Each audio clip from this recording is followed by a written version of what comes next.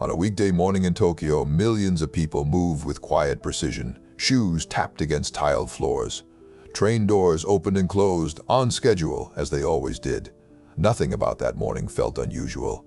And that is exactly why it matters. From a psychological perspective, the most damaging events rarely announce themselves. They arrive disguised as routine. They blend into systems people trust without question. This case would later force experts to confront a disturbing reality. Modern societies depend on predictability, and predictability can be exploited. Tokyo in the mid-1990s was one of the safest major cities in the world. Violent crime rates were low. Public trust in institutions was high.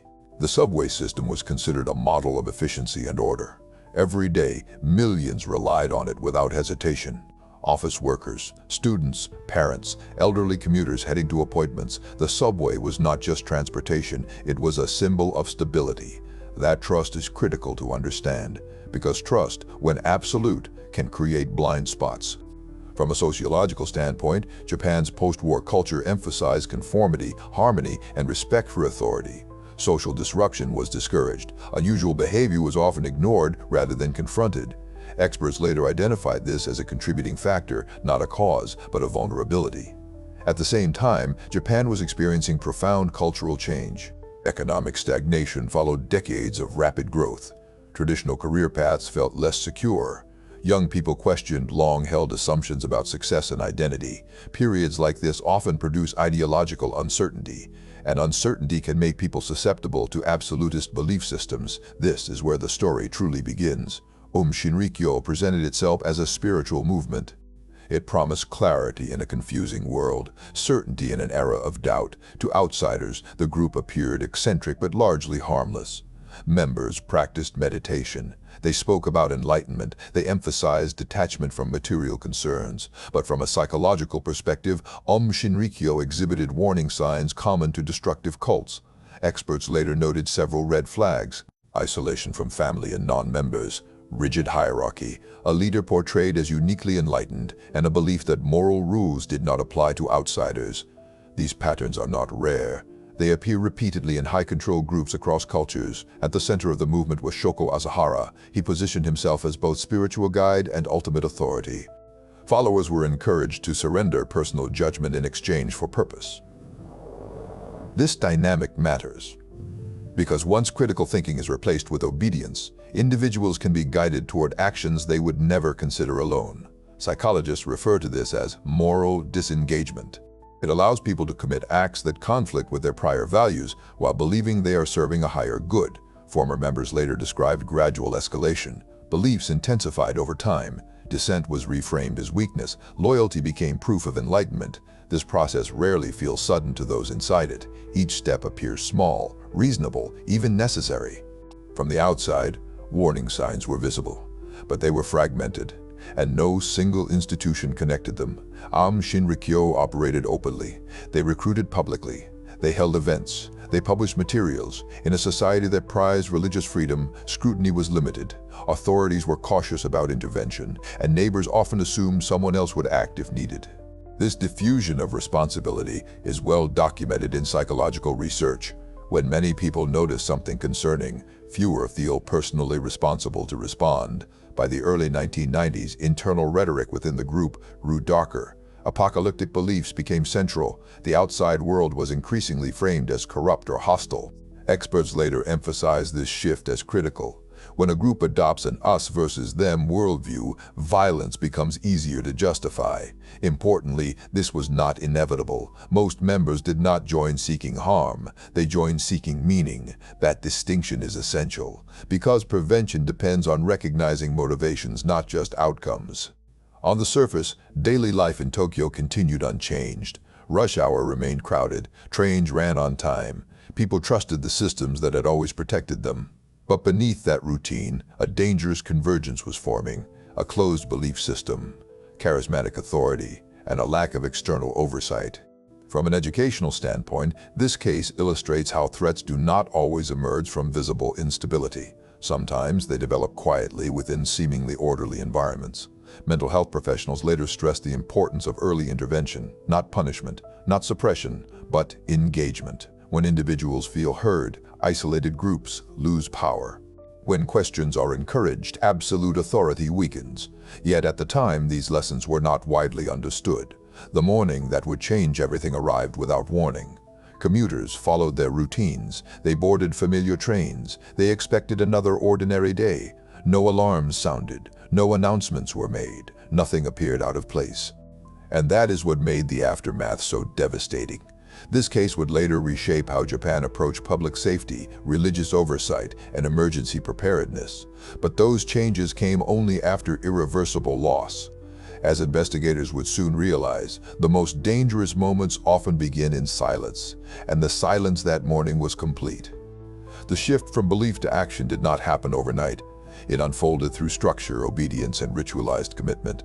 From the outside, nothing appeared urgent. But inside the group, pressure was accelerating. Former members later described an atmosphere of inevitability. Decisions were presented as revelations, not choices.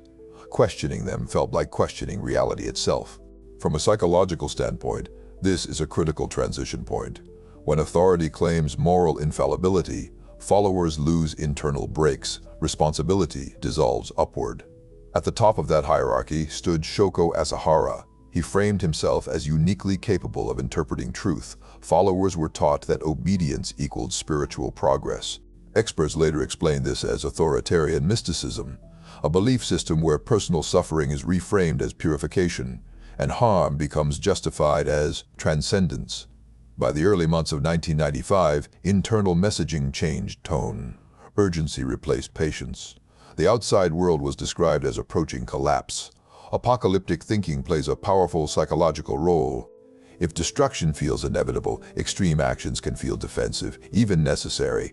Investigators later determined that planning occurred in small, compartmentalized units.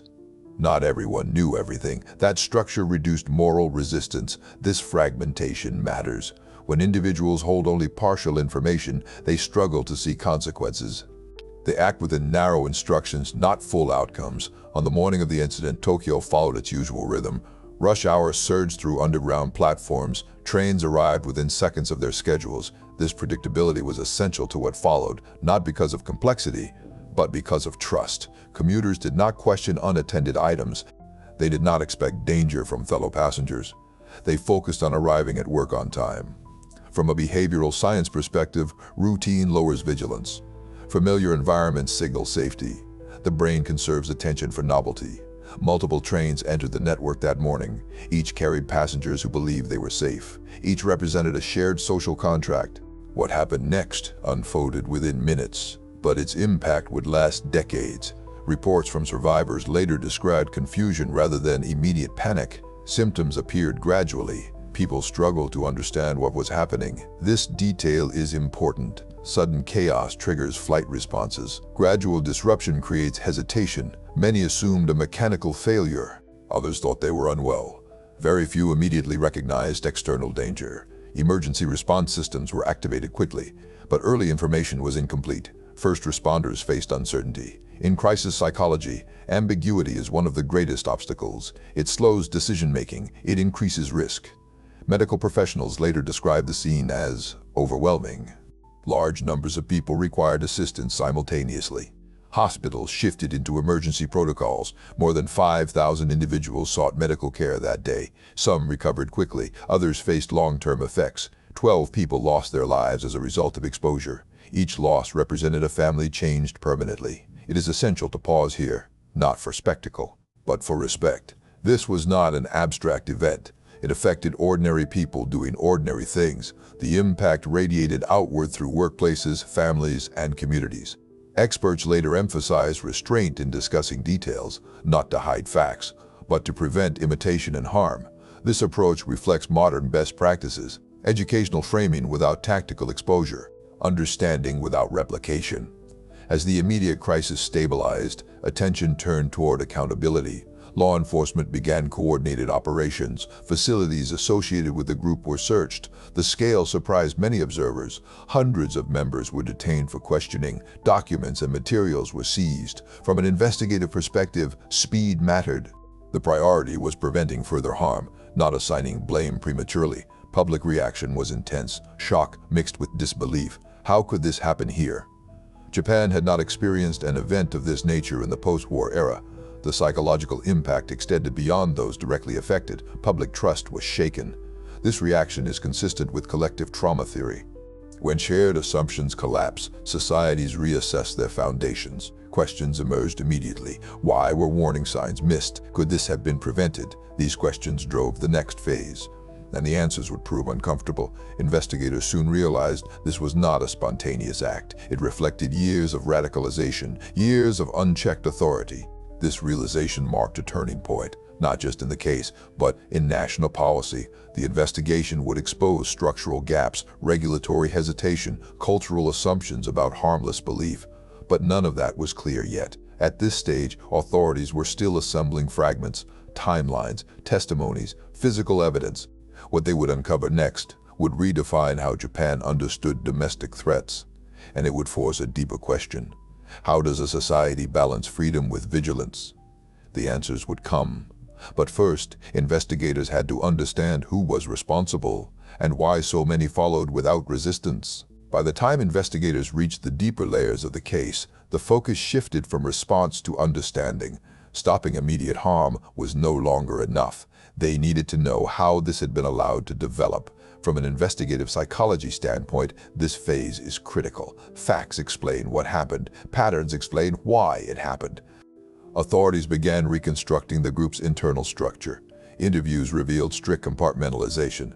Members were assigned roles without full context. This strategy is common in high-control organizations. It reduces doubt, and it prevents collective moral resistance. Experts later compared this to cellular networks. Each unit functions independently.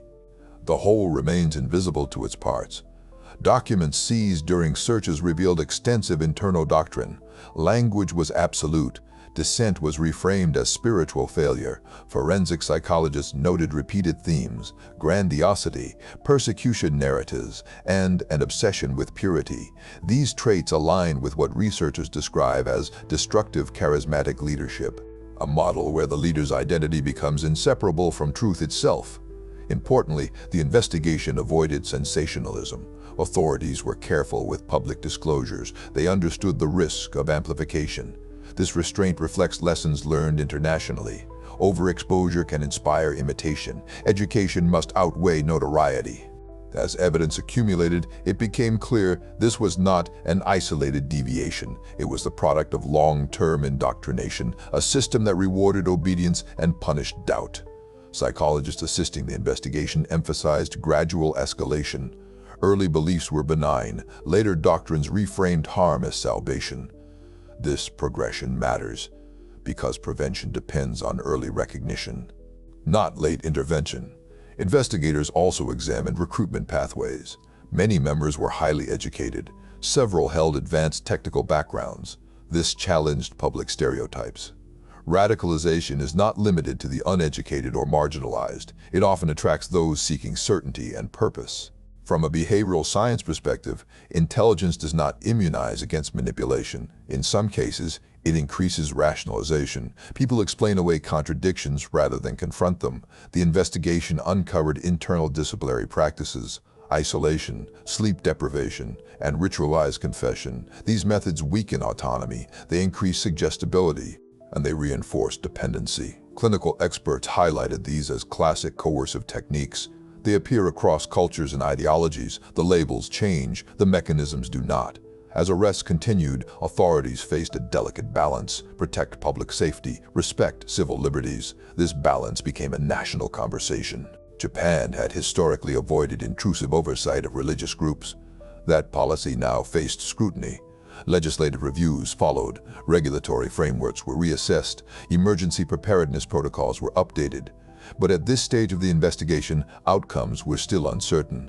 Some members cooperated, others remained silent. A few expressed continued loyalty. This divergence is psychologically significant. It reflects different stages of disengagement. Leaving a high-control group is not immediate. Experts refer to this as identity collapse. When belief systems dissolve, individuals experience disorientation, shame, and fear. Support structures became essential. Without them, former members risked re-traumatization or re-radicalization. Interrogations focused on accountability without dramatization. Statements were evaluated for consistency. Corroboration was prioritized over confession. This approach reduced false narratives, and it strengthened the legal process. One recurring detail stood out to investigators. Many participants believed they were preventing greater harm. That belief was sincere. This does not excuse actions, but it explains motivation. Understanding motivation is not sympathy, it is prevention. Criminal psychologists later emphasized this distinction. Punishment addresses consequences. Education addresses recurrence. As the picture became clearer, the scale of the failure emerged. Not a single failure, but many small ones. Missed warning signs, institutional hesitation, cultural assumptions. Each alone was insufficient to cause catastrophe. Together, they created space for it. By the end of this phase, investigators had established responsibility. But the deeper question remained unanswered. How could so many intelligent individuals be guided toward irreversible harm? The answer would not be found in courtrooms alone. It required understanding, belief, obedience, and the human need for meaning. Those answers would shape the final chapter, where consequences were measured and lessons were made explicit. The final phase of the case moved from investigation to reckoning. Courts now had to determine responsibility, and society had to confront what this event revealed about itself. Legal proceedings unfolded over several years. They were methodical, deliberate, and closely observed by the public. The charges focused on planning, coordination, and ideological control, not belief itself. This distinction was intentional. From a legal psychology perspective, prosecuting ideas sets dangerous precedent. Prosecuting actions preserves civil balance. Testimony revealed the full scope of internal influence, how language shaped perception, how obedience replaced judgment. Experts explain how repeated exposure to absolutist messaging alters cognition. Nuance erodes, binary thinking dominates. This cognitive narrowing is critical to understand. Once people believe outcomes are predetermined, moral choice feels irrelevant. Sentencing reflected the severity of responsibility. Those found who have directed and orchestrated the actions received the harshest penalties. Others faced lesser consequences based on involvement. For families affected, the process brought limited closure. Legal outcomes do not reverse loss, they acknowledge it. Psychologists working with survivors emphasize long-term impact. Trauma does not end with resolution. It reshapes memory, trust, and identity. Public transportation systems were redesigned with new safeguards. Emergency response coordination improved. Information sharing protocols expanded. These changes became part of the legacy, not born from fear, but from learning. Equally important were reforms to religious oversight, not to restrict belief, but to monitor coercive practices. This balance remains delicate. Freedom without vigilance creates vulnerability. Vigilance without freedom creates repression. Experts later highlighted warning signs for communities, charismatic leaders claiming exclusive truth, isolation from external relationships, escalating rhetoric about outsiders. These signals do not guarantee harm, but they demand attention. Education became a cornerstone of prevention, teaching critical thinking, encouraging questioning, reducing stigma around seeking help. Former members who disengaged described rebuilding as gradual. Trust had to be relearned, autonomy reclaimed, support programs proved essential. Without them, shame and isolation persisted, recovery stalled. This underscores a broader lesson. Prevention does not end with arrests. It continues through reintegration. Today, the incident is studied internationally, not for its spectacle, but for its implications. It appears in psychology textbooks, emergency management training, and policy discussions. The reason is simple. The conditions that enabled it are not unique. Periods of uncertainty, searches for meaning, charismatic certainty. These forces exist everywhere, at different intensities, in different forms. The most important lesson is not fear, it is awareness. Awareness that ordinary systems can be exploited. Awareness that belief can be manipulated. Awareness that prevention requires engagement, not avoidance. The commuters that morning expected nothing more than an ordinary day. Their lives mattered. Their loss mattered. Honoring them means learning and applying those lessons forward, because the most effective response to tragedy is not silence, it is understanding.